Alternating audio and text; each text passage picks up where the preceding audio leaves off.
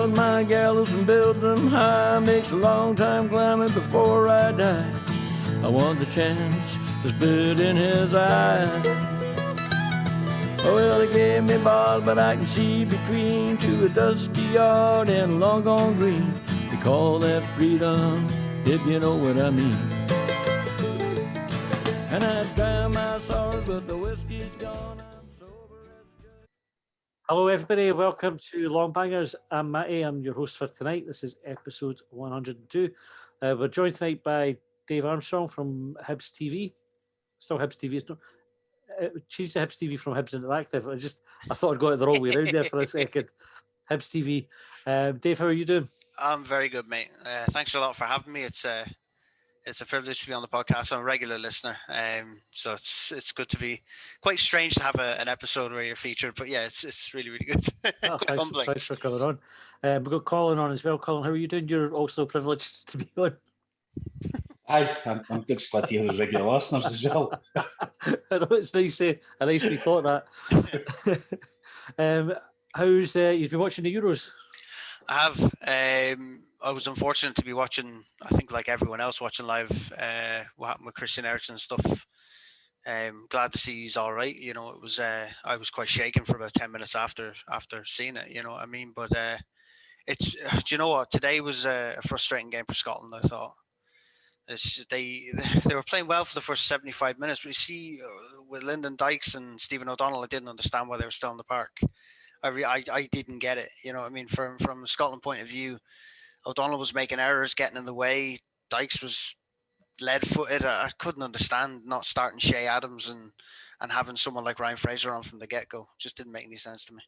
That's crazy. I'm glad you mentioned Eriksen to start off with. When you said you were unfortunate enough to see, I thought you were going to say the Scotland game at first, but it's important that we have that sense of perspective. I was on my way up to get the COVID jab on Saturday evening, so we were listening on the radio, and I didn't envy Rob. I think it was Rob McLean that was in the commentary because he was trying to kind of convey what was happening, and it didn't sound good at all. I mean, he did a good job, but the situation was dire. So it's good that Eriksen's okay, and then today, Colin, have you caught up on the game for today? Yeah, I watched it. I had to watch it on delay due to the hospital appointment. But I was thinking why I bothered. It's funny, I was driving home to town, right? We were at the Western. I was coming all the way home here, driving through town, not knowing the score. It was about half time, and I saw a guy at the traffic lights at Tifficking Place or whatever it's called, and he spoke to somebody at the traffic lights, and she said something to him, and he celebrated like he'd celebrated a goal, and I thought, fuck, we've scored, Scotland scored, or whatever, you know. I go home. It's like, what was he then? What game was he watching? So if you're listening, if you get text in, tell us what you were happy about. Yeah, let us know. I mean, unless he was from the Czech Republic, well, that's all I could think. I thought or English. I don't know. Do you think you'd recognise him again if we went out looking for him? He had a mask on, so. Aye, but weird day. It was weird. I thought we must have or scored, or when they scored, I'm sitting watching it thinking, we must have equalised late in the half, and he's nipped out for fags or something at half time. Somebody said, we just scored. Weird. So yes, I caught up on it. Aye, it was disappointing. We toyed with the idea of doing something for the Euros, and we still might, but I just have to really decide on the right format for it. My problem with doing something for the Euros is I didn't care who's all there. Like, I've done no research or anything. I knew Scotland made it, and even up until kind of fairly recently, I wasn't quite sure who was in our group, which is terrible. That's right. It's because it was. Yeah, it's because it was. It was obviously delayed from last year. When you're looking at this year, like, you're trying to remember everything from last year. The teams that are in this. I was looking at Germany squad today, just kind of getting an idea of who they had, and there was only 2 recognised forwards in the German squad, and I'm thinking that's unusual. Then I thought about it and said, no, it's not unusual. They probably have 10 wingers that can play as a striker. So you say recognised forwards in the German team. I thought I'd recognise them. I think it was Timo Werner was one of them. You know, I mean, he's obviously at Chelsea, but 2 strikers. But then you had Sané and Gnabry and others that could play up forward. So it's like, makes sense. Do you remember when you were wee and you would have wall charts and stuff like that when it was the Euros? I had the brackets and filling all them out and getting the pen and getting up on the bed. You'd write on the back wall, and he'd be filling out the scores every day, and that was Tell me, you remember haven't that. got a watch at. You not got a watch at this time, no? No. Oh God, Have no. you got one up called? I got them for my daughter because I got the papers a couple of last For your Sunday. daughter. For your daughter, I was going to say, yeah, for your Well, I got daughter. the Sunday Times. Here's it. I got the Sunday Times, right? And it's a real complex sort of pie chart model, and I thought I'll need to keep that one. So that's on my whiteboard where I work now. And she got one of the other papers. It's a bit more straightforward. Brilliant. I used to love the World Cup ones. You always used to have the trophy in the middle with the final underneath it and stuff. The World Cup ones are always good. So we're doing our top 5. So we had Cliff Pike on last week, Dave. You this week, which is it's a tough act to follow. Cliff's episode was really good. Had loads of good feedback on it. So if anybody's not heard that yet, I definitely recommend to go back and having a listen. As soon as it went up, I listened to it. I could. I'm lucky enough to have a lot of his. He's lent me a lot of CDs from back in his interactive days. Actually, I've got some CDs and all of his interviews with Grant Brebner and Tam McManus and Mark Venus and things like that on CDs inside. And he gave them to me just to listen to, and they're just amazing. Like some of the old stuff is just unbelievable. That stuff that he's got kind of in his archive and that. So I can listen to him all day. and so, how did you get involved with Hibs and doing the commentary? Because that's no a typical Leith accent. No, you've got there. No, it's not. I moved to Edinburgh in 2010. So it was 12th of July 2010 when I made the move. Ireland was in a terrible state post-recession and no jobs, couldn't get any full-time work at all. So saved up, sold all my things, saved up what I could. And I gave myself a month over here to find a full-time job, permanent job, and had one within the month, and I was flying. But one of the first things I done when I got here was kind of, you know what I mean? In Ireland, you don't really hear about Scottish football unless it's Celtic or Rangers, and I never really had an interest in either clubs, to be honest with you. For me, it was kind of League of Ireland. St. Pat's were only down the road from me when I was growing up, and League of Ireland football's always been massive for me because that's your local football, isn't it? So when I moved over, there was that kind of familiar feeling of, hold on a minute, I'm up and leaving, heading to Edinburgh for work, for a better quality of life, really. And when I looked up kind of the Hibs history and the backstory, it kind of resonated a little bit with me. It was like, well, that was how the club started. Do you know what I mean? It was Irish immigrants that came to the Cowgate, and the team was formed for them to have something to do.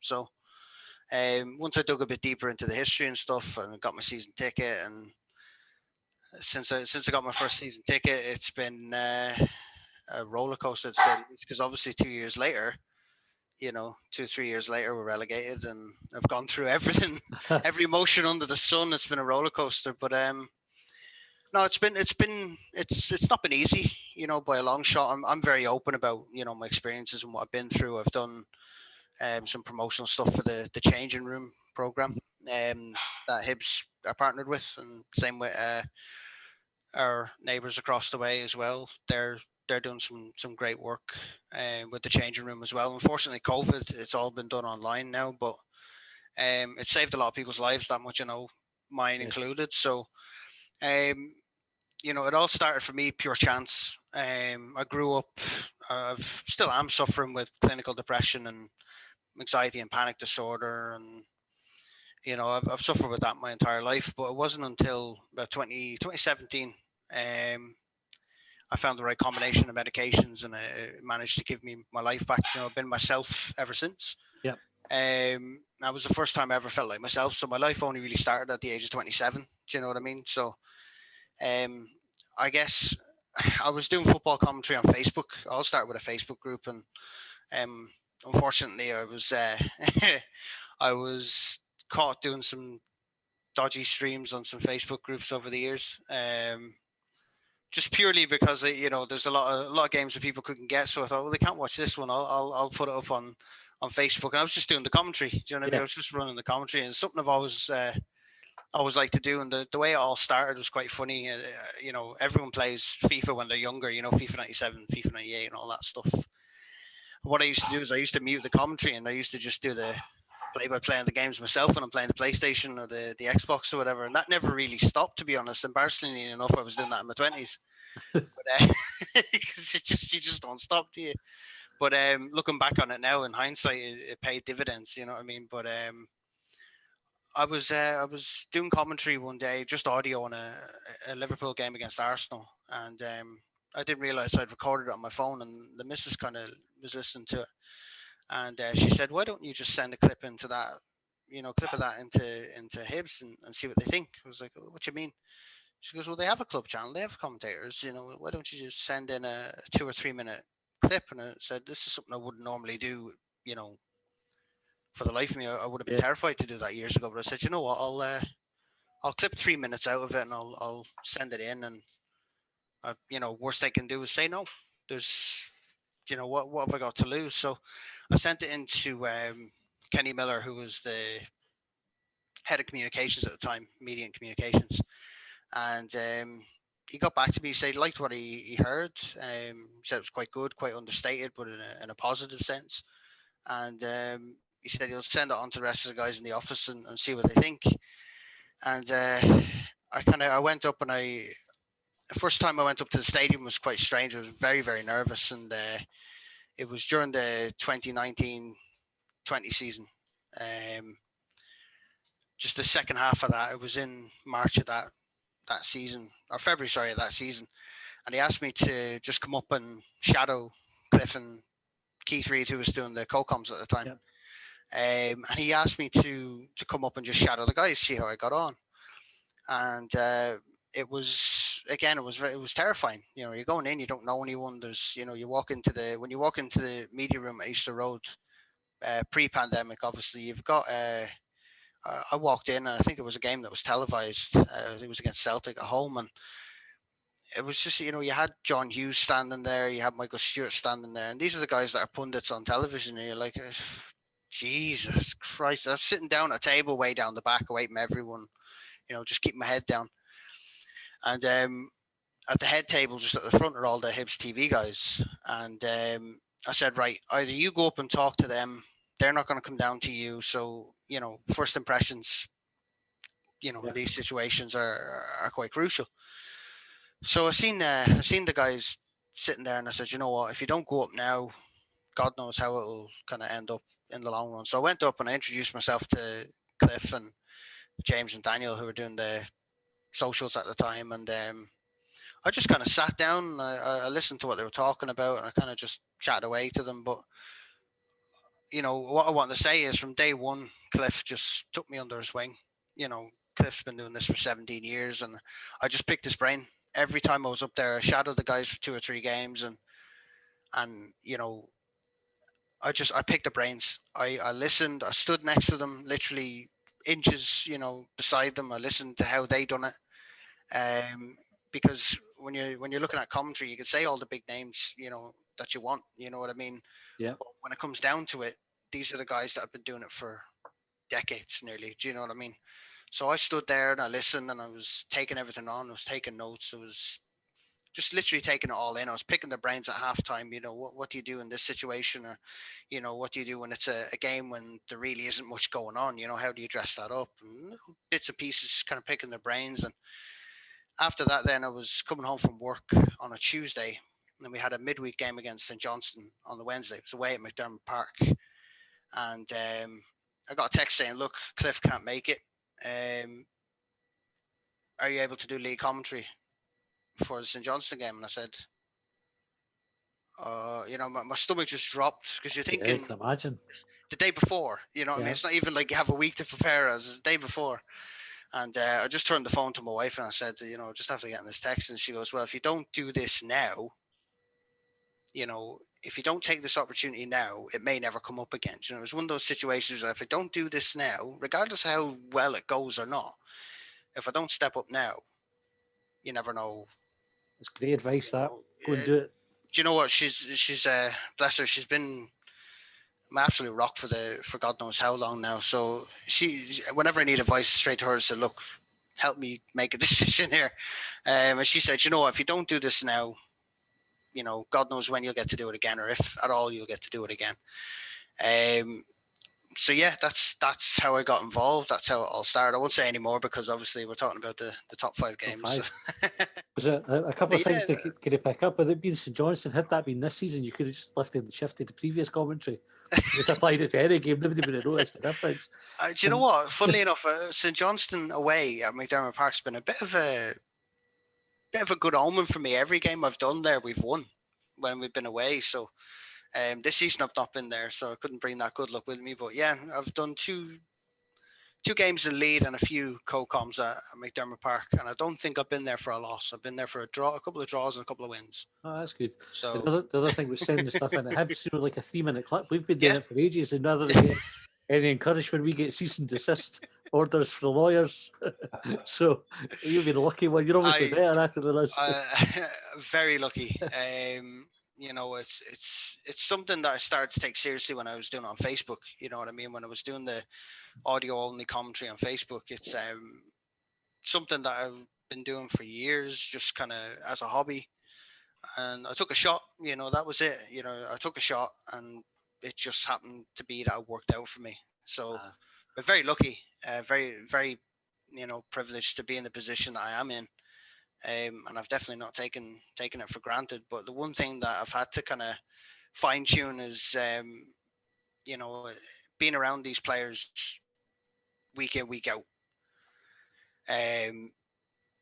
You have to ground yourself. You know, the first couple of times you do it, you have to remember that you're there in a professional capacity. Yeah. You're not there as much of a fan as you are. You have to kind of see these guys as professionals, and you have to have a professional attitude yourself, because in most of the games in my first full season before last, most of the games afterwards we were down the tunnel, just kind of waiting for the crowds to go and just chilling out and talking amongst ourselves. And you have the players and the managers and all the officials passing you by, rubbing shoulders with them nearly every game. So you kind of have to ground yourself and find that little bit of a professional attitude, which I've never had to do before. I've never been in that position. So, you've, again, something that Cliff, taught me to do is to have that professional attitude. They're people just like you. They're just doing a job. You've got to treat it that way. Right. So, that's what I said. I said, right, I'll do that. And I ended up, making a few really good relationships with some of the players that have been and gone. Some of the players that are there now.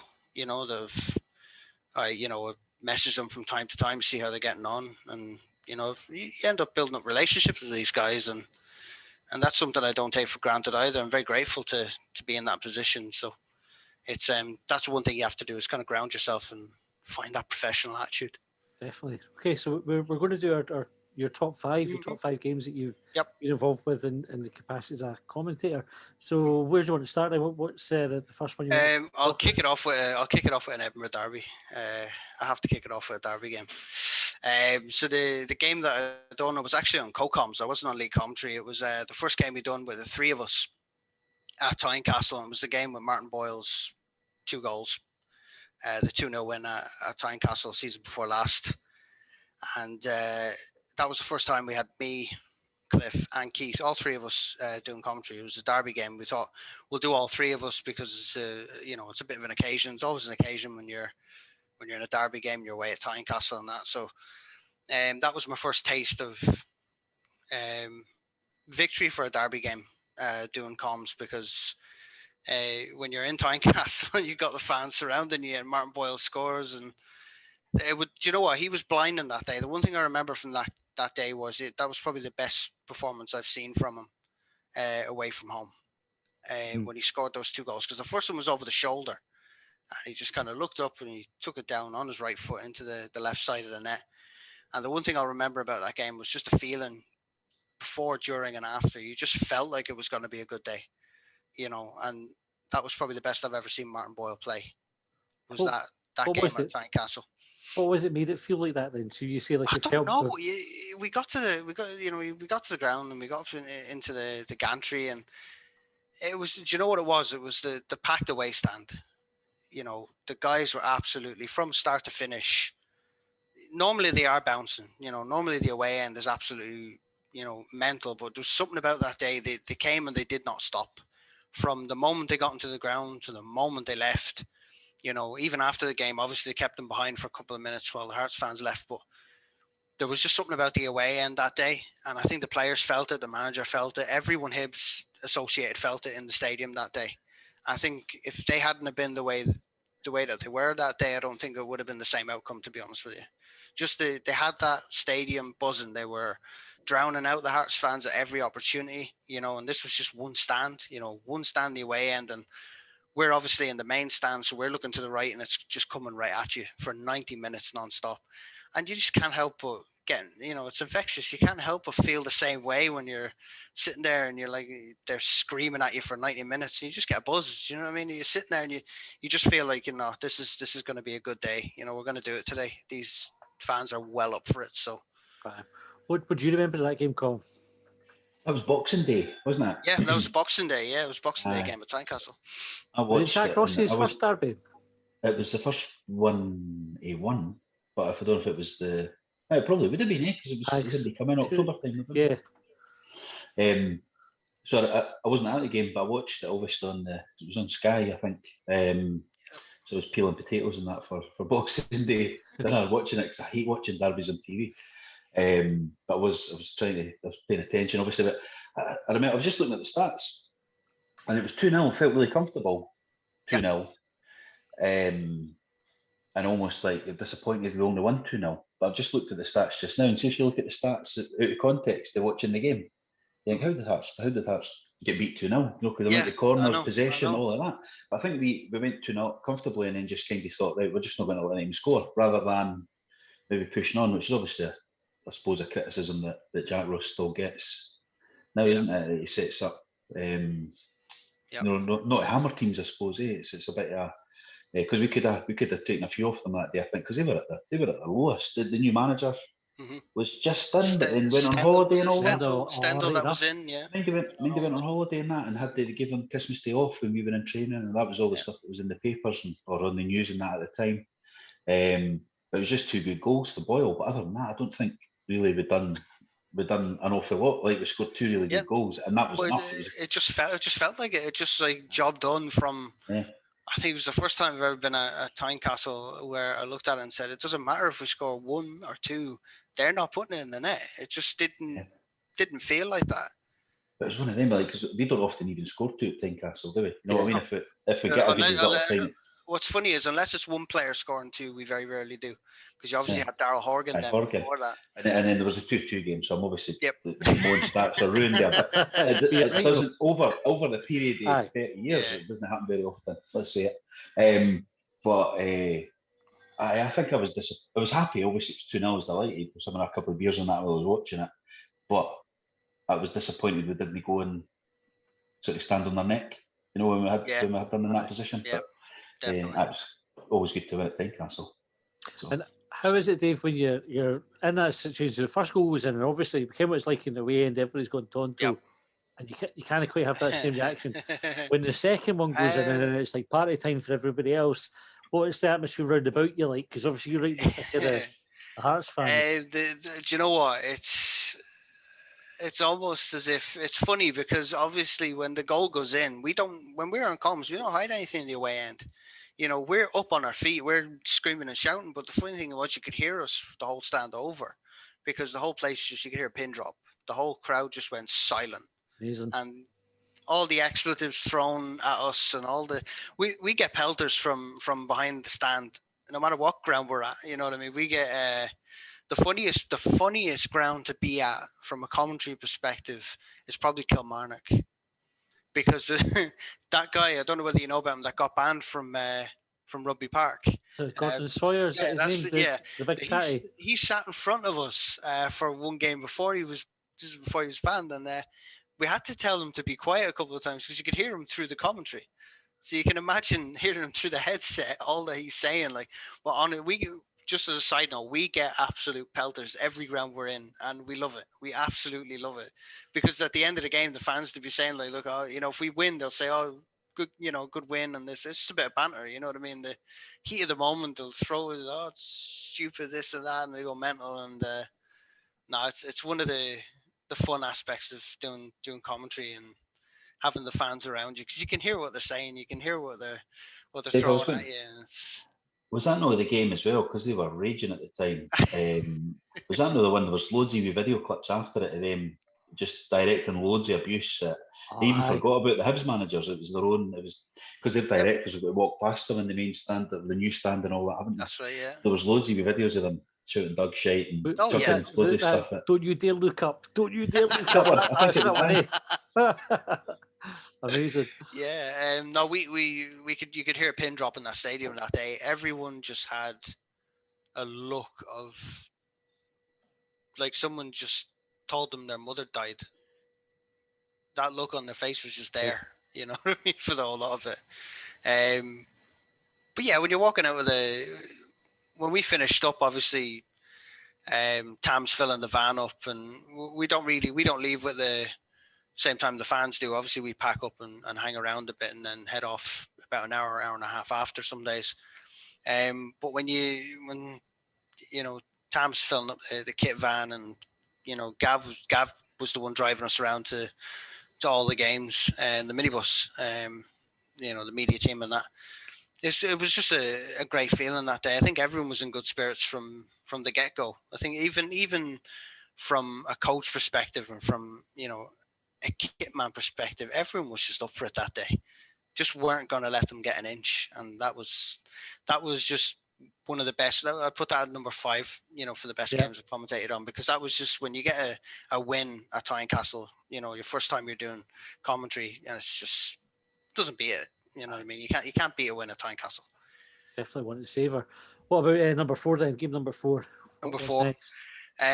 Number 4 was it was one of the weirdest games, because you went into it, and this was the time we beat St Johnstone 4-1. Mm-hmm. And that was away, and it was weird because we had such a terrible record before that game. That was the turning point of our season. I think it was when Jack Ross just came in. So it would have been just before Eddie May would have been. That's it, yeah. So Eddie May was in charge. Yeah, so Paul Heckenbottom had left, and Eddie May just come in. So it was his first game in charge after Paul Heckenbottom had gone. And obviously the previous results, we were going to the stadium thinking, oh, you know, prepare ourselves for a 1-1 or a 1-0 or a 0-0 draw. Because that's the way it's been going. I mean, I remember being at Hamilton when we drew, you know, 2-2. And as a commentator, when the habit we had under Paul Heckenbottom was that we'd always let a goal in late to draw the game. It was almost like you knew it was coming from the kickoff. There was always a goal late on, you know, 91, 92, 98 minute, whatever it was.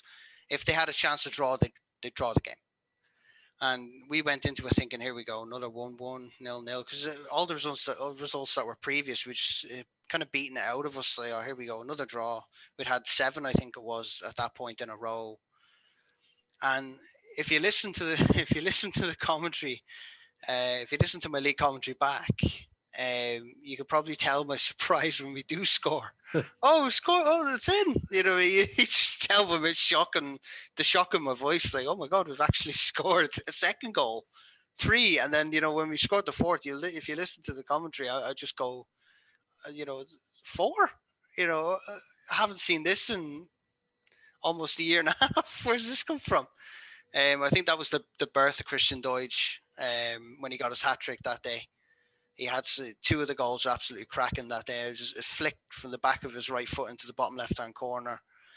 Just the goals he scored that day, and from that day on, you know, we kind of looked at each other and said, "That's the birth of, you know, Christian Deutsch. That's the kickstart he needed, because since he's come in, you know, he wasn't really hitting the ground running, and you know, Joe Newell was played in the wrong position, and I think just when Eddie May tried to steady the ship, which he did do, you know, that game was, for me, when I look back on it now, that game for me was like Christian Deutsch Hibs' careers just started, because he went on a run after that, scoring game after game after game. And I think just being there was, like I said, I was just in shock at scoring 4 goals. You know, never mind anything else, but that for me was the birth of Christian Deutsch. How do you, as a commentator, so you talked about the relationship built up with players. Mm-hmm. You got somebody like Deutsch come in. Yep. And we've had games, I remember like the one at Pataudry where he's missed 3 or 4 really Yeah, good chances. I was on co-coms for that game at Aberdeen when we went. That was a 1-1 draw, wasn't it? Or was it The draw to get beat? Yeah, it might be a 1-1 or a 1-0 defeat. Yeah, like that was 4 chances he had 1-on-1. The 2 of them were 1-on-1 with the goalkeeper. So how do you find as a commentator where you're kind of describing that you've got a new signing and the club are obviously wanting you to say nice things about the players. That's kind of the ideal situation. And I know that the club didn't really kind of dictate what you say, but you're naturally, because you know the player as well, will want to say good things about them. But if you've got a player who's obviously just no working for them, but no working over a period of time, yeah, how does that affect how you talk about them? Not really. I mean, the great thing about Hibs TV is we always try to be as straightforward and straight talking as we can be. The addition of Tam McManus this season has been a stroke of genius by Hibs, because as far as co-commentators go, like Cliff said in his podcast, if Tam has a problem, he'll tell you. If Tam is looking at a team they're not playing well, he will tell you where they're not playing well. He'll tell you what he thinks about the performance in the game. He'll not sugarcoat it at all. Yeah. And the one thing that Cliff taught me was, we have to be biased to a slight extent, but we'll never be, we'll never do good commentary or be delighted about a poor performance. We'll never be delighted with subpar performance, because, if you want, I'm always developing. I'm only 2 years in it now. Cliff is in it 18, close to 20 years now. I'm still at the very beginning, of my commentating career. You know what I mean? I'm still learning every day of the week. But one of the things that he taught me from the very first day was, try and be as neutral as you can without, being completely neutral. You have to have a bit of bias. Hibs TV, you have to have an extravagant reaction when we score, because we're fans at the end of the day. We're Hibs fans. We're all Hibs fans, and if our team plays well and we do score, it's going to be over the top because we're watching our team play. But we have to kind of control that to a certain extent. We can't just, jump up and down. The headsets will come off, and you have to have that kind of professional manner. But if we're looking at a player and he's had performances and maybe he's not working out too well at the club, doesn't matter. If he puts in a half decent performance, we'll make note of that. You know what I mean? Josh Vela, for example, it didn't work out for him at Hibs, but there was 1 or 2 performances where he showed the player that he was. I mean, he just got Player of the Year at Shrewsbury. He's just won Player of the Year award, at Shrewsbury, and he's doing really well back down south. And you look at Joe Newell and you think, this player's come out of nowhere, being played in a central role, whereas under Paul Heckenbottom playing out the left, everyone was like, it's just not working out for him. So sometimes it can be, the way a manager plays a player. It could be, the atmosphere a manager brings in. It could be, it could be a confidence player, has one good game, like, it can go on a run of 7 or 8 good games. So there's a lot of, when you're talking about a player not having the best of times, you have to look a bit deeper into it and think about the broader picture when it comes to a player. It could be going through something in their personal life, that people don't know about, probably won't know about. It's a private matter, but you've got to take all those factors into consideration. For Joe Newell, for example, how good has he been in a central role? And maybe when he was playing out left, he was kind of thinking, maybe I don't, why am I playing out left if I kind of want to play central? But you just don't know what the factors are. You know what I mean? You really don't. Colin, what do you remember for that game? Well, I remember I wasn't at it, but I remember that Deutsch was getting hammered for that. Not that game, but before that game. And that, if he hadn't scored in that game, you wonder if that would have been almost the end of him, because he was getting. I think the Aberdeen game could have only been a week or 2 before that. That's right. And I was defending him a lot, like as you were, Matthew, and all, like that, because you could see that he was working hard, and I've done that this season to an extent to the boy as well, because they went through that spell, and it got to the stage where you go, how much more can I defend him? When he's no scoring, because he's working hard, but at times he's I think I said it, his coordination's off. You know, when the ball's coming across, he's like totally mistiming it. But then the next week he scores, and then his coordination's like immaculate. You know, he doesn't miss a thing. But his goals were good in that game. I do remember a couple of them were good, and I remember the commentary because I think it went.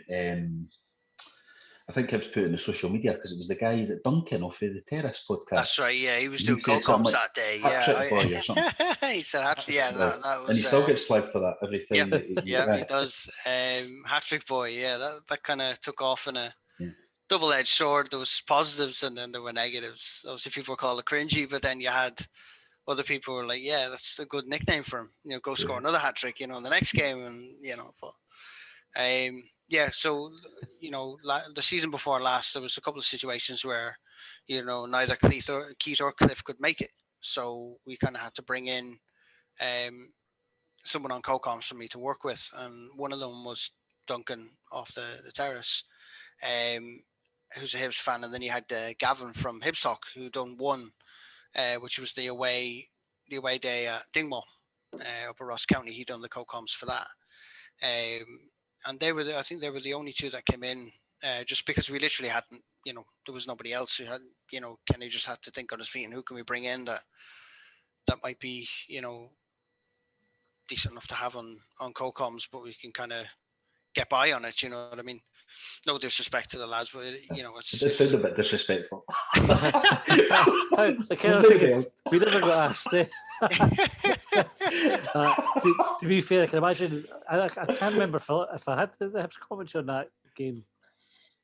I don't know. It was a tough one. The ones up in Dingwall were, you know, bare bones kind of commentary. You had the audio, but I don't think there was any visual for the ones up in Dingwall season before last. I suppose that's a benefit from the pandemic is every club has improved their digital infrastructure. So I think from now on you're going to get a lot more, you know, games.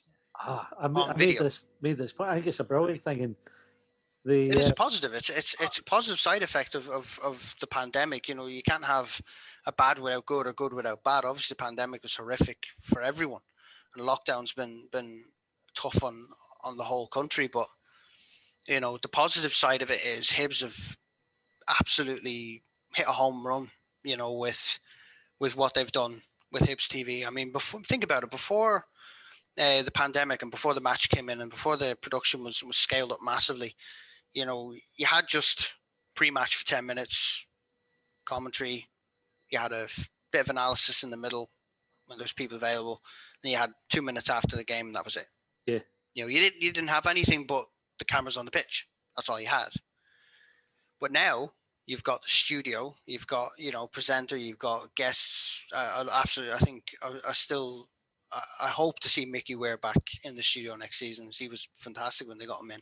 Same with Keith Wright and things like that, and Pat Stanton. But just the fact that Hibs have that now. They have guests and they have analysis before the match, they have analysis after the match, half time. And we just get to sit back and do our commentary. You know, we get to do what we love to do, you know, and the fans get all this extra content. I mean, if you went on to Hibs TV today, I mean, I think I watched the Inside Easter Road documentary the other day again for the 5th time, but that's on there. They've put so much up without actually advertising it. And this is not me advertising Hibs TV at all. I was actually shocked to see what I could find on the website as well, because I kind of went scrolling through. I was like, when did they put that in there? I kind of just clicked through. For ages, to be fair, really to have a look. But it's like you said, the positive from the pandemic is that every club has had their digital and all their infrastructure in the marketing turned up to 11. I think Hibs have definitely, I mean, fair play to Greg McKeown of all people. He's been 24/7 non-stop with the marketing, the sponsorships, you know, Hibs TV, getting everything up and running, and you know, he's been phenomenal. You know, all credit to Greg and the team at Easter Road. They've been phenomenal getting all this up and running in such a short space of time. I mean, there wasn't that much time to get it up and running, and you know, there's been hiccups along the way, but you know, they've done phenomenal. Something I hope to keep going after, like post-pandemic, and once fans are back in the stadium, especially for the away games. See, as somebody who can't get to as many away games as I would want to, being able to have it on the TV, exactly, it's amazing. I think it's a win-win for everybody involved. So I hope they keep it going, and I know it depends on the TV Well, deals, etc. But I as hope far as they're I open to know, it. yeah, as far as I know, there has been a deal reached with Sky for the next couple Yeah, of that's seasons right. where you can watch the away games and home games on club channels. So Yeah. there you go. There's your positive from the pandemic. Yeah. But that was the second game was probably the Kilmarnock, not the Kilmarnock, the St. St Johnstone. Johnstone 4-1 away. Eddie May's first game after Paul Heckenbottom left. That would be number 4. Yeah, it was a good game as well. So number 3. Number 3, although it was a defeat, this is one that's quite special to me because it was my first time doing commentary at Hampden. And this was the 5-2 game against Celtic, which was unfortunate. The result, we could have done a lot better. But it was special because it was my first day at Hampden. So I got a text, about a week before from Cliff saying, right, have you got a suit? And I said, suit? What do you mean a suit? What do I need a suit for? It was, Hampden's a whole different ball game, when you're representing the club and doing club media. It's a whole different ball game altogether. I said, okay, well, what do I need? He says, you need a club tie for one. So I had to get my hands on a club tie. Luckily, the club supplied one. But he said, suit, shoes, suited and booted, tie, the whole lot. You have to be dressed sharp as a tack for this one. I said, wow, okay, it must be. You go as a fan and you go with your family and your friends, and it's a great day out. But, this was my first time actually doing commentary on a game at Hampden. And, I was just blown away by it. It was an experience. It was an experience that I'll never have again. No matter how many times I go to Hampden, your first time from this perspective is always a bit special. So got the suit on in the morning and we got there quite early on. I think it was an early kickoff that day. I think it was a late kickoff. It was later on because we were in the pub before it, Colin, weren't we? We went to the Queen's Park Social Club. Was it a half 4 kickoff? Half 5. That day? Maybe 5? half 5 or something. I'll double check if it was the evening game because we were there. We got through to the Queen's Park probably about lunchtime, Matthew? So we got through around the same time because we got through. Obviously, when you go in as media, you get there early and have to set up and make sure everything's running all right. But I remember walking in and Cliff and Keith are there. So right, time to go up and get a bit of grub. And I said, oh, you get fed? So it must be just like pies and a can of juice or something. You know what I mean? And standards. You know what I mean? Pies and sandwiches and all this stuff. And we walked into the room, and when you walk in on the right, there's a stack of programs. There's take a few of those programs, fantastic. And there's a full carvery to the left of me. Superb. So I'm looking at it, going, can we go over there? And Cliff's like, yeah, go over. I was like, okay, right. Full chef hat, and he's got the apron on, and it's like, oh, what would you like? It's a full Sunday roast. I'm like, okay, well, I better eat up and I better fuel myself up for the afternoon. And I took full advantage. I'm not ashamed to say I stuffed my face for the afternoon. And it's like, all right, food, drink, anything you wanted was there. Team sheets on the table, and it was as if you were having an executive lounge at Easter Road when you get the food beforehand and halftime and after. And at halftime, that game was really tough because of the result. Obviously, it was 5-2, and I think probably the most frustrated I felt after a game, to be honest.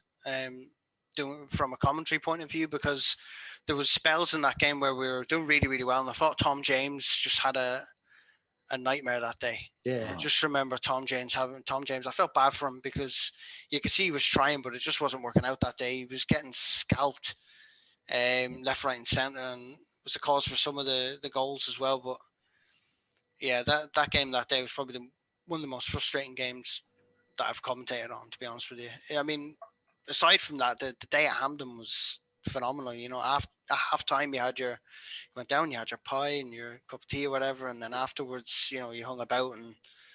And the one thing I will say that this opportunity's given me the chance to do is I've gotten to know a lot of the bigger commentators who've been doing it for years. And one commentator I'm lucky enough to call a friend is Ian Crocker.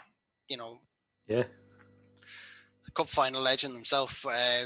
I've gotten to know him over the years, and he's probably one of the nicest guys I've ever met in my life. Would do anything for anyone, and that's one of the things that this opportunity has given me, is to get to know and pick the brains of, commentators who've been doing it for so many years. Premier League, cup finals at Wembley. They've done internationals, World Cups and Euros and that, and being able to pick their brains and get their feedback on what I'm doing has been absolutely priceless. You'll never get that chance to do that. I'll never get a chance to do that again. I message them from time to time asking for feedback, and they've given me so many tips and feedback on what I've done. And that game in particular, I was on co-coms and I was quite sharp with what I was saying, because I thought this is a cup semi-final. Yeah. One of the things that the fans are gonna want is no bones, cutthroat analysis, especially in a game against Celtic, because you have to be. I was going to be honest. I was a little bit ruthless with the Hibs side that day, because I think I expected a lot of them, and especially in the cup semi-final. I know it's Celtic, but I'm never one to think like that. I don't think like, oh, it's Celtic Rangers. You go in it hoping for a draw. Yeah. I want to scalp them every time. I expect Hibs to go in all guns blazing all the time, and you never always get that. But if you listen back, I was critical, but in the right way. Do you know what I mean? I just a lot of the play. We had a very high line that day, I remember, and I thought, you're playing a high line against one of the best Celtic attacking lineups they've had in I don't know how many years. Likes of Edward, and it was it was superb. unreal. I'm looking at the team just now, Dave. Edward, El Yunusi, Rogic, Forrest, and they had Callum McGregor and Scott Brown sitting behind those. You know what I mean? Mental. And you're playing a high line against a team that has so much pace going forward and so much skill and technique. I'd have just played on the counter, and I think I said that on commentary. I said he should be switching things up, because I think 2 of the goals came completely from going on the break. We played such a high line that day, and I just didn't understand it. I really didn't understand it. Why we were playing such a high line against such an attacking-minded team. Just didn't get it. I always thought it was quite a surreal game, that one. I don't know if you feel this the same call, but I felt like we never really took part in it. I know we got a couple of goals in it, and there was moments where you thought we might, the scoreline suggested we were running out of it, but we just never looked like we were in that game at all. Was there folk fighting behind us? Aye, they were around about us. Aye, we were sort of behind the goals, because we only had that wee bit. Aye, that's exactly what I was thinking there. It was like it never felt like we could win it, but then it never felt like, I'm looking at the times they scored goals. It was 2-1, then they scored just before half time, so it's 3-1 at half time. So then you're thinking it's definitely 2-1. You're going, oh, maybe we're still in it, even though we've not been in it. And then Scott Brown scored in the last minute. So again, that stretches it from 4-2 to 5-2. Seems like it was a pumping, but you know what I mean. It scoring in the last minutes each half makes the scoreline look a bit exaggerated more than it was. But we were never in that game. You look at the team. I remember Matthew's son Josh going mental about Vela that game. Yeah, that was his. I don't think he played again after that game. Actually, no, he didn't. That stands out to me as his last game in a Hibs shirt. I don't know if James did either, did he? Was that his last game for us? It would have been one of the last. Yeah, one of the last. He had a bad game. Yeah, I think. Do you know what? James had a half decent game, but his mistakes spoke louder than his positives in that game. That was the biggest mistake, I think, for Tom James. Was the errors that he made were, well, they caused goals. Do you know what I mean? No matter how many positive things you do in a game, if you're the reason, in a cup semi-final team score against you, you can't come back from that. And what else we were going through at that time was Maxwell in goals, and everybody trying to always pin a goal on Maxwell at the time as well. Anytime a goal went in, it was because he wasn't tall enough or something. So we were going through that because Marciano was on the bench. That's right. That's right. So it was. That was always these were the 3 guys that were on the hit list. Neil was on the bench, so he wasn't a target at the time. This was Heckingbottom at the time, wasn't it? This was more or less his last game, wasn't it? One of the last. I think he got sacked just really after it. I think the biggest. You know what? I applaud Paul Heckingbottom for what he did come in and do. He came in, he implemented his playing style, he implemented his formation, his style of play, and he came in and he done what he wanted to do. Now, it didn't work out, and it didn't get us the best results most of the time, but he had the courage to try, and make his style of football work. On a personal level, he was one of the nicest guys ever. I don't know whether you guys knew Elaine Urquhart. No, No, not personally. So No. Elaine was Elaine and Gary were I was quite close with them because we met them every game. Every game we done comms, they were there. They were there for the reserve games. Every game, they were there for every home and away. And I got to know Gary and Elaine quite well. And when Elaine passed away, unfortunately, last year or earlier on this year, the first person to get in touch was Paul Heckenbaum. She loved him, absolutely loved him. Thought he was the most beautiful man in the world. But he had a relationship with a lot of fans. Actually, he made the effort to go down to Sunnyside a lot. Which he went to believe it or not, he went to quite a few of the meetings, the fan meetings that they've got with the rep and things like that. Him and Robbie Stockdale came down for about 3 or 4 of those while they were in charge. Now I've been to a lot of them. I've been to almost everyone that's been since I've been involved with the club, and he was the only manager that came down multiple times because he knew how important the fans' view was. Now, obviously, it didn't work out, and it didn't work out between him and the broader Hibs fan base. It just didn't work out from a Hibs, but he was always trying to listen to the fans and try and tune into what they wanted, from Hibs, and from that aspect, he done well. But I just think his biggest mistake was not trusting in a holding midfielder. Mark Milligan and Marvin Bartley walking. Yeah. And one of the first things Jack Ross did was bring in Alex Gogic. And I thought, praise the Lord, we've got I don't think any of the... Sorry, Dave, I don't think any of the players had anything bad to say about him, Matthew. Who was it you had him? Was it Fontaine or somebody that was on here that was saying he was almost trying to do too much... Stevenson. Yeah. Was it Stevenson? And he came up, he tried to do too much stuff about tactics rather than just because Scottish football doesn't come into as much and all that. The example Stevenson used was Hamilton. It's like you kind of have got all these sort of tactical manoeuvres to trap Hamilton, set traps. I think was the phrase, but in reality, Hamilton get the ball and just launch it. So it's kind of redundant straight away. But I've never heard anybody who had any dealings with Heckenbottom have a bad word to say about him. Nope. Not even close to it. Not even close to it. No, he was such a nice guy. He'd do anything for anyone. Same with Robbie. Robbie was just one of the most sarcastic people you'd ever meet. But he just cracked jokes all the time. He'd be down when I was... one of the things I done as well outside of the commentary was I offered to cover the reserve games and do the post-match interviews and transcribe them up on for the website. And that's something that I done. But him and Robbie were at every reserve game.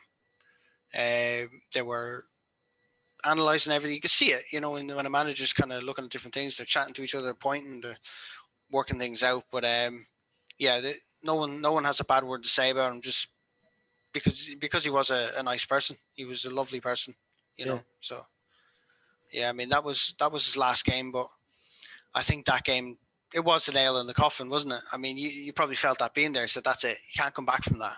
Aye. That's what it was. That was the bus. That was the bus chat on the way back, as far as I remember.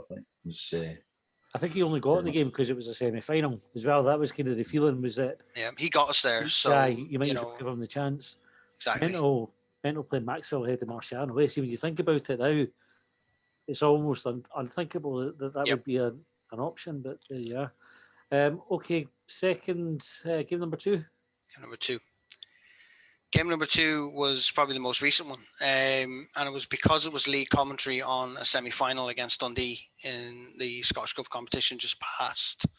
It was the first time I'd ever done a cup semi-final from a lead perspective. Yeah. And obviously with Tam McManus on my right-hand side, I knew it was going to be, great banter going into Dundee United, because I'd had the gaff a few months before where I was doing league commentary on Dundee United at Easter Road and kept calling them Dundee. So I was having great banter with fans on Twitter for that one. I think I got pelters that day. I remember opening my Twitter and it was 47 notifications. I'm thinking, what the hell? Why do I have 47 and I open and I goes, oh. Did we get beat? Oh no, did we draw? Well, was that the game we lost in the last minute? You're going to get Yeah, hammered this yeah. way. Aye. Can't make a mistake. So if I it's not kept winning. calling them Dundee.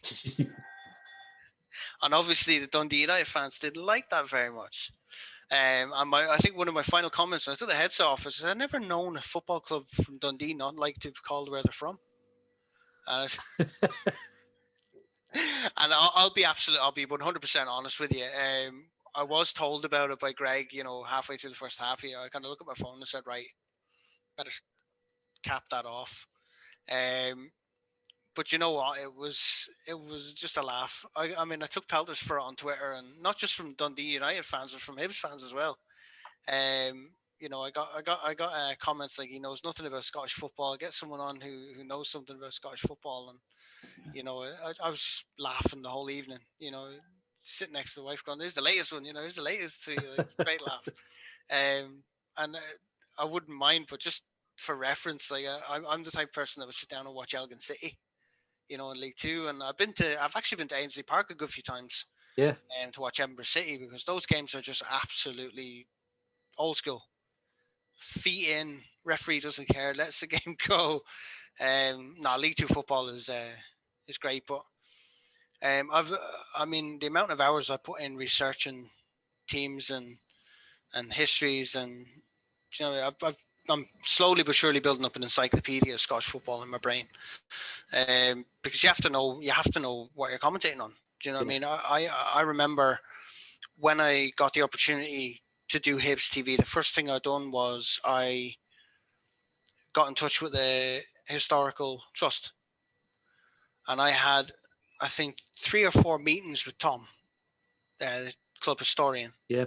And I spent about 3 evenings, about 4 hours at a time, going over documents and letters and just stuff you wouldn't normally see about the history of the club, from a Hibs point of view. Because as much as I did know a lot, and I was a diehard fan of the club, I thought, I'm going to go and learn more. I'm going to go and dive right back to, 1875 and just on. And, I made the effort to, because it's not just, you're going out to fans who have been fans of the club for decades, for 20, 30, 40 years in some cases. And, out of respect for you guys, for people listening and watching, I had to know my stuff. I wasn't going to go into it not knowing nothing. So I made the effort to spend hours and hours with Tom at Easter Road. After hours, finishing work, going down, spending 3 or 4 hours, he'd have, papers and all sorts of stuff just covering a round table. This table was about 5 by 5. And the thing would be covered, and I walk in and go, right, I'm in for a long evening here. He's whipped out all the documents and all the different historical kind of artifacts that he could bring out. But that game was kind of funny. But to be at a cup semi-final and to be commentating at a cup semi-final was quite special for me. I mean, I walked in with Tam and I was physically shaking, just pure nerves. And I thought I'd never been this nervous before. But it was just because the last time we played, it was all in my head, just like last time we played Dundee United in semi-final, we got to the final.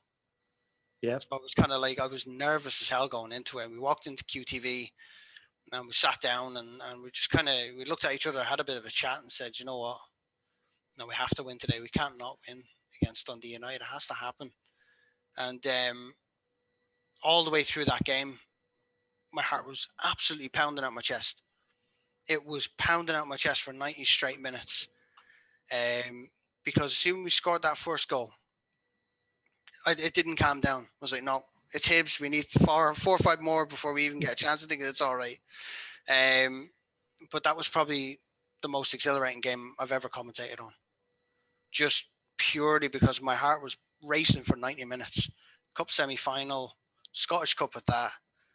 And when we came off that game, you couldn't wipe the smile off my face for a week. Just the performance from the lads, that win was special for last season. Got us there to the final. And I think we couldn't pick a man of the match that day. Everyone was just on form that day. What What was your memories of that game, Colin? We did a quick bang right after. We did a quick bang after that. Yeah. We were all bouncing. We were all That was, quite boisterous aye. after the win it. It was good. aye, because it was, well, kind of, it felt like we got the monkey off the back. Obviously, it never, but like, that's what it felt like at the time. You know what I mean? How many Yeah, semi-finals have we been through before that point?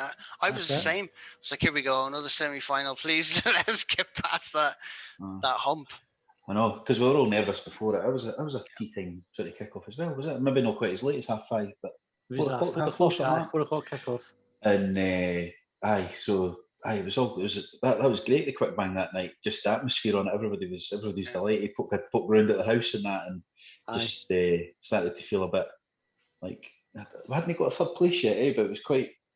Was that before the Aberdeen game, maybe? So we were close to clinching third, and we're in the cup final. We're going to get third. What a great season! And obviously, all changes in that. But were you just wondering, Dave? You were nervous. Did you manage to still eat your Cadbury dinner and that? All right, or did no? We didn't. We weren't at Hampden that day. Was it one of them? We were at QTV. It didn't really change anything, to be honest. It was still. I would have been the same whether I was there or at QTV. So we were QTV? So QTV is a studio that puts out our games. So QTV and sports media.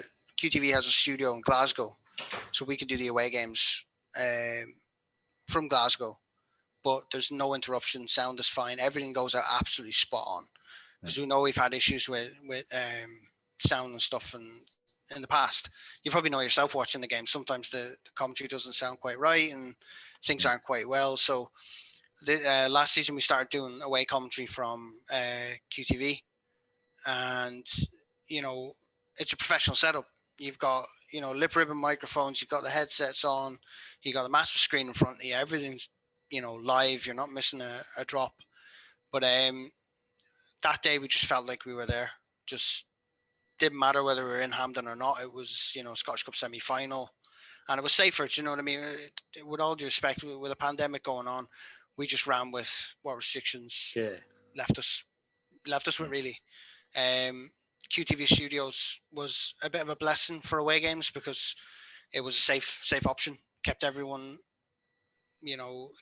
away from any situation where you could have caught COVID, because that most of the season we were in a serious lockdown, and COVID was absolutely rampant. And unfortunately, Cliff lost his mother to COVID and things like that at the time, and we were all just, if we can't go to the stadium, don't care. We're there. If we can't, we'll watch it from home like everyone else. But if we have to go to QTV, fine. It gets the comms out there. It's a comfy studio. It's warm. We're not out in the freezing cold during the winter. So before that, though, before we started doing the away games in QTV, they used to be done from the stadium gantry. So at one point, me and Tam were up in the gantry doing an away game. Now, I'll paint a picture for you. Easter Road is pitch black, right? Not a light on, except for the laptop up in the top gantry. So if you had been in the stadium, the only light you would have seen was the tiny little laptop light in the top right-hand corner of the stand. So me and Tam are sitting up there, jackets on, hoods up, gloves on, freezing, with a space heater to the right, doing the commentary from the gantry. And then because it got a bit harsher in the winter, I think they decided just to do the away games from QTV, which, to be honest, was a welcome change, because obviously, as good as it was to do the comms from the stadium, it was easy because I'm only down the road. On nights where it was dropping to -1, -2, and me and Tam are sitting up in the gantry, kind of huddled up, and had the laptop there and had the monitor and doing the commentary with a space heater, trying to keep the heat in us. QTV was much safer. They accommodated us well, to be honest. How did they just give you a room in Easter Road? Like, it's believe it or not, it's really difficult, because obviously you had the studio at the time. So to run cables and that wirelessly, it's a nightmare, because obviously with Easter Road, you've got all the concrete and you've got all the, the way the stands are built, the signal isn't that great getting from one area of the stadium to the next. So doing them from where we were, we knew it worked because, well, we'd done it for 10, 12 years before. So why wouldn't it work now? So we didn't want to risk not having commentary or not having Hibs TV for the away games because, you know, we tried to do it in a room, you know, where it wouldn't work or may not work. We just had to kind of go for the option we knew worked, to be honest. Yeah. There wasn't really anything we could do. They just built the studio. They got that up and running. And from a comms point of view, we had to do it from where we knew it worked, because otherwise, you know, it either might not have worked at all and we would have to go back there anyway, or we risk losing coverage for games. So it kind of had to be done because we knew it worked and we didn't want to risk, you know, any of the fans not seeing any of the away games or not having any coverage or commentary. Have you managed to have a good sneak about Easter Road when nobody's been there? Maybe they will admit it on the podcast, but no. Do you know what? It's there has been times where obviously games of, you know, midweek I've been at Easter Road to just kind of have a chat with the guys in the media team and the communications team, and when I was doing the changing room sessions, you know, that's done after hours, so they have the stadium. So when I was doing the changing room before I started with Hibs TV, we'd literally have just access to the entire stadium. Yeah. Literally, the only thing was the lights were turned on for us. Here's the keys, away you go. You know, and we were in the dressing rooms, we were around the pitch, we were up in the stands, everywhere, every week. Do you know what I mean? We had the stadium to ourselves. And even, you know, after matches, when the players have all gone, and, you know, to be honest with you, there's games where I'd literally, you know, we'd be up in the gantry, we'd literally be standing there doing the comms for 90 minutes and having set up beforehand, still standing. We'd be standing for about 2 hours straight and not really sitting down. So I'd literally go down to reception, sit in one of the chairs and just chill out for half an hour to get, you know, to get the soreness out of my knees from standing for 2 hours. And you get like the, you know, family of the players coming by and stuff. And I'd literally chat with everyone and anyone. You know, it's probably the best place to be from a social perspective because, you know, you have people coming down from hospitality and that. And, you know, John Collins was quite a frequent visitor to Easter Road. You'd have him kicking about most of the time in hospitality and that. And you obviously know Tam Morrison. Yeah. Yeah, Tam's a good lad. I chat with Tam all the time. And so, yeah, to answer your question, yeah, I mean, there was situations where, you know, literally had stadium to ourselves. And I tell you what made me ask that. We used to do, so vaguely similar background, but used to do match reports for the under-19s. So back in, when would that have been, 2009? When was it, the one, the double? The Curtis Byrne and David Westwood and all that were in the team. So I think around about that time. But we played Rangers in the Scottish Cup final at Hampden. And I got there with the press access for it because I was going to do the match report. It wasn't the commentary, but Keith Reid was there as well. And was this when you were Hibs Interactive? Hibs Interactive, aye. But they let me into Hampden, just opened the door and just said, it's up the stairs, just find your way up. And there wasn't a soul there. And literally had to run a Hampden. There's all these kind of doors and like fucking boardrooms and all that you could have. Yeah. I never did it, but the temptation was to go, have a wee rose about here. But yeah, just explore, just to, you know, what's behind the door. You know, I get that. I get that completely. Like there's times when you're in stadiums where you're like, what's behind that door? You know. It'd be better like I'd opened the wrong one. You know, the police would always stand with fucking guns and that. Like, all right, boys, we're done. Yeah, so I had too much straight back to the stuff that I just ended up finding them. That must have been something else, though.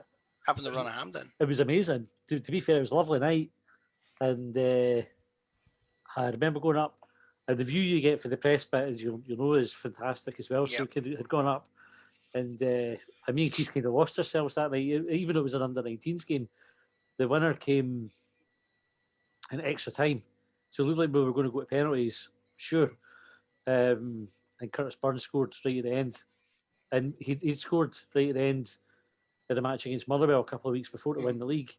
And me and Keith were kind of, it was like celebrating a first team goal.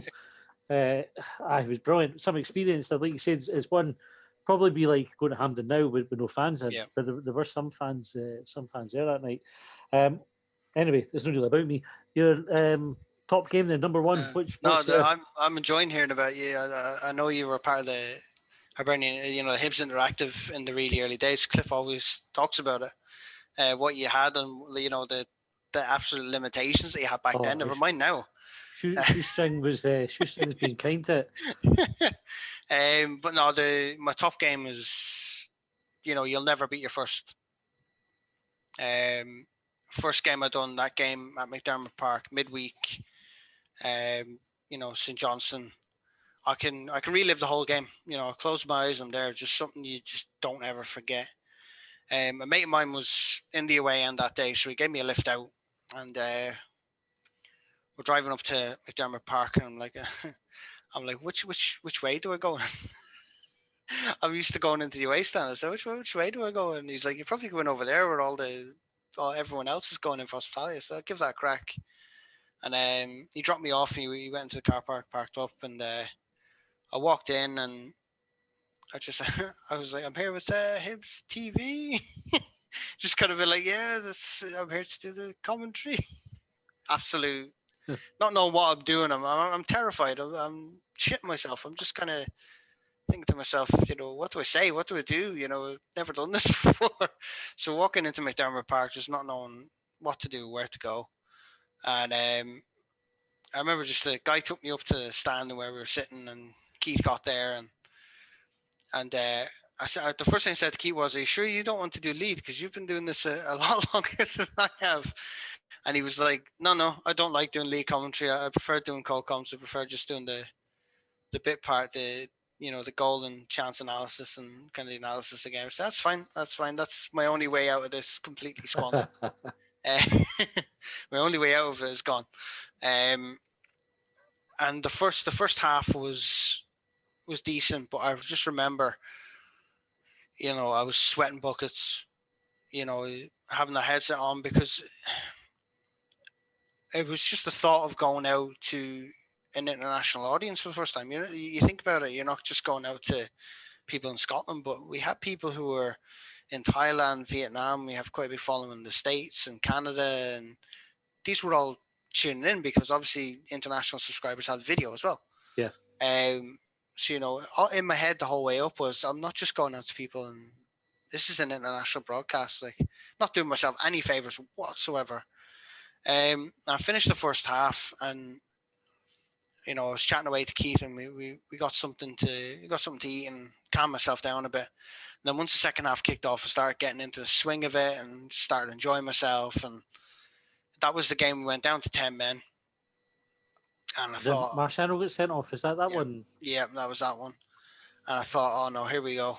But when McNulty got that winner, I was like, right, at least I'm here for a win.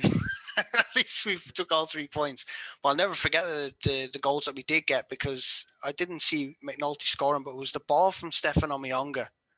Was this midweek? Just threaded through perfectly. He just turned right foot, plopped it through. McNulty got on the end of it, chipped it over the keeper, just dinked it over the keeper into the bottom right corner, and just ran off to the fans. Oh, that wasn't the Marciano sending off. I'm thinking it was Slivka got sent off. He got sent off for the dive, didn't he? Yeah, that's right. Yeah. The Marciano sending off was a different game altogether. Yeah, he came around charging into his box. Yeah. So I was at that one in the away end. Yeah. And like you said, Omiyonga came on as a sub, I'm sure. And it was almost the first thing he did, I think, was just thread that ball through. I was just like... And the ball sort of trickled into the net as well, didn't it? It's kind of rolled in. Yeah. I thought when he scored that, I just went nuts. And I still listen back to that commentary on Hibs TV from time to time, because when I listen back on it, to how far I've come now, I look back on it and think, how the hell did I get that? How the hell did I manage to get that? But it was pure chance, because obviously they had Cliff and Keith lined up. Cliff couldn't make it, and I was just, as you say, what's for you won't go past you. Yeah. And ever since then, I've just been full pelt. Sometimes 3-4 games a week. As I said, I started doing the reserve games, and that was the first time I'd ever done post-match interviews myself. So I was doing the interviews with Colin Nish and Lee Makel after the game, and I tried to get as many young lads as I could to do the post-match interviews, because I thought if they make it to the first team, if they're doing interviews at this level, it'll give them a little bit of experience going into, if they do a post-match interview for Sky or BBC or whatever, at least they'll have an idea of what it's like to have a camera in front of them and answering questions. So we got players like Callum Yates to do post-match interviews, and Jamie Gullum was probably one of the regular, because he just ripped it up every time he was out there. Do you know what I mean? Him and Ollie Shaw were quite regulars in the squad. So, Ollie done a couple of interviews with me, Jamie Gullum done a couple, Callum Yates. We done an interview with Eric Galantes when he came back from the Philippines. That was his first international cap. We tried to do stuff like that to make it a bit more different and get players that fans wouldn't normally have heard about. And Callum Yates is a fantastic fullback. I think he was on loan with Civil Service Strollers last season, but he's a fantastic left back. He has a future in the game, definitely. But doing the reserve games was really, really something different, because I wasn't doing commentary. It was just post-match and transcribing the interviews for the website, and something just completely different. And that's another thing that I put myself forward for. I thought, well, there's nobody there. There's nobody, fans want to hear about the reserve games. A lot of fans want to hear, who's in the academy, who's the next big thing coming through. The Hibs Academy's always been like that since, the gold generation of Rarden and O'Connor and Whitaker, Brown, things like that. Even before then, you all the way back to Pat Stanton coming through from the borders, and, coming up through Hibs and that. And, I thought people need to hear about these young lads. They're going out there week in, week out training, and they're not doing it for any money. Do you know what I mean? They're trying to, make a career out of this and have a right go at it. And at the minute, it's probably been the most exciting it's been for a long time, the last 4 or 5 years or so, especially with Josh O'Connor coming through. I've known Josh a few years now, but 4 or 5 years since he's been in the under 15s, under 14s. I've been watching him, and that boy just has so much natural talent. Got a hard back to follow his old man as well. He's got the ability. I'll tell you that now. He's got the ability, and I hope he does stay at Hibs, because there'll be no doubt, bigger teams coming in from. Ethan Laidlaw's gone down for a trial at Man City. He's just been on the bench a couple of times from the academy, and that's danger nowadays, isn't it? You've got these bigger clubs coming in and sniffing around. But no, back to the subject at hand. My top game was the first one I've ever done. Live. Not ever beat that. No matter how big it goes, it just doesn't beat the first one. What was the final score like? Was it 2-0 or 1-0? 2-1. 2-1. Mm-hmm. Were you there, Colin? No, I was. You were keeping me up to date. I was in Bristol with work, and I was travelling home. So I was on the 8:45 flight. Was one of the regular flights, so we got home, and so it was half time. We were getting beat 1-0, and I was like, on the plane. And obviously, by the time I landed, the game was finished. So I turned my phone on, and you and Charlie would have kept me up to date with the score. And then seen the Sports team must have been on that night. Seen the goals. It was a brilliant goal, the second one. The McNulty goal. Well, I think he scored both of them actually. He had just signed in the January, I think. That's right. Yeah, that was first. Yeah, I can't remember the first goal. I don't know if it was like a cross. Was it penalty? I've just looked at the penalty. I can't remember it, but the second goal was just. I mean, the pass, as you said, to Elmi-Onga was tremendous. It was a brilliant goal, the second one, but that wasn't at the game. So I think I managed to make out the 5. 5-2. One or 2. What? No, you were at the semi-final. Semi-final. That was the only one. Aye. You won game. You need to get to more games. At least. That's my order now. So many away games I go to nowadays. See what I remember about that game. So I'm always early for the football, especially like an away game. I like to get in early, watch the ground fill up. It's one of the things I like about the football. Even Easter Road, we'll be in, try to get a good parking space near the ground as well. It helps if you're early. But if anybody's watching this, Dave, they'll see the kind of the view that you've put on your background. Yep. Isn't a kicking arse off of the view from my seat. I'm over like a wee bit towards the famous 5. Yep. And it's amazing, especially like a midweek night. See the when you get East Stand filling up, man. It's I know how you sit feel. down and you get the bus. Well, you'll be the same because you'll be in early. Yeah. But we're in early at McDermott Park, and I'll not say who it was because I'm going to talk. The thing he shouted to me was kind of personal. It's not really for me to share it. Yeah. Bumped into a friend. It's a guy I know through Hibs, and so we were maybe about 5-6 rows for the front, maybe a wee bit further back than that. And he's walking just along the front, so I shouted hello, and he went, "Oh, Matt, how are you doing?" I says, "I'm not bad. How are you?" And bear in mind we were shouting across like a little. Yeah. He says, "I'm all right. I've got cancer." I was like, "Oh, fucking hell." I don't mean to laugh, but you just when you hear someone shout that at you, it's the last thing you expect. I says, "Are you all right?" He says, "Oh, it's pancreatic cancer. Sure, it's pancreatic." He says, "But get this." He said, "The type I've got affects 1 in however many million people." Yeah. And of those people, 1 in however many get the particular type that I've got, and it's all right.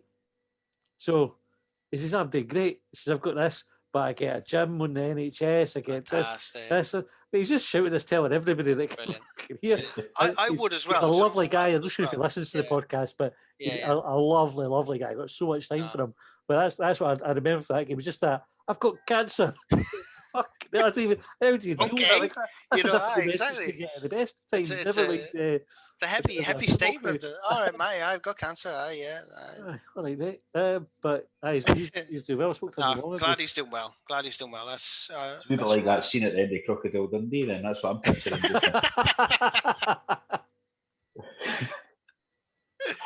Oh God! One of the last memories I have of Easter Road before the pandemic was the cup game against Inverness at Easter Road. I remember it was Jamie Gullen's first senior goal. A lovely goal that night, yeah. Yeah, that was a pass from Doige, I think it was, and just a left foot, just slotted it into the bottom right hand corner. Doige's pass is underrated. Didn't get talked about enough because I'm sure he just kind of clipped it with the outside of his boot. Yep. Played it through. Mm-hmm. And Omiyonga scored a peach that night as well.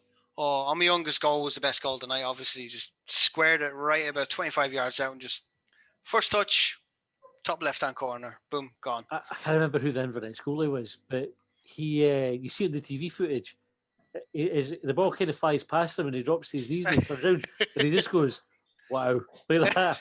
Because normally the keepers are going, "Oh, for fuck's sake," or whatever, but he just went, "Wow." I just remember the Inverness fans applauding that. I remember looking over to the right and they're just on their feet, just like, what can you do about that? You know what I mean? But I remember we because I'd gotten to know Jamie quite well covering the reserve games because he played almost all of them. So the first thing I done when we finished comms was I ran down to the tunnel because he's going to be down there. He's going to be doing the post match and everything else, obviously, because his first senior goal. And we ran down to the tunnel and I seen him. And he just came over to me and he just gave me a massive hug and we were just absolutely buzzing because I knew how much it meant to him. You know what I mean? Because I dealt with him with the reserves. I know how hard he worked and I know how hard he works to do what he does. And when that goal went in, I knew how much it meant to him. You know, it was a bit special for me. I think I say it on comms as well. It's just something special about that goal because you saw how hard he worked for it. And I just remember being in the tunnel. Gav and a few of the other reserve lads came down then, and I think it was just the usual crowd that's there on a reserve away day. Yeah. We all just kind of got together and had a bit of banter and we were celebrating the goal. I think I got him to sign a program at one point. I still have it through there. It was just like Gav goes up to him and goes, "Here, sign this. It'll be worth something someday." And that was one of the last. Obviously, I think that was one of the last games we had at Easter Road before the pandemic hit. I think the last one was wasn't it? Last one was. Oh fuck! I forgot about that one though. I missed that. I think I went to see the editors that night through the Barrowlands. Yeah, making better decision. I watched it on my phone. I've never been at a gig watching a football game on my phone, and everybody around you absolutely jumping, and you're going, "Oh, for fuck's sake!" Anyway, didn't really ruin my night. That was the last memory that I had at Easter Road, mate, before the pandemic hit. It was again a special memory because I got to know Jamie over the last couple of years, and he's a top lad. He's such a nice guy, but he's worked so hard for it, and to see him get his goal long time coming. Very special. Well, Dave, that's has been amazing. We're kind of out of time for the night, so thank you very much for coming on. You're very Really, welcome. really enjoyed chatting to you, Colin. Thanks for coming on as well. Thanks for having me. We are back on Thursday with Short Bangers, so I'm almost scared to ask folk for questions now because of the ones that we get through. But send your questions in. We'll give it a best bash on Thursday night, and we'll see you then. Thanks again.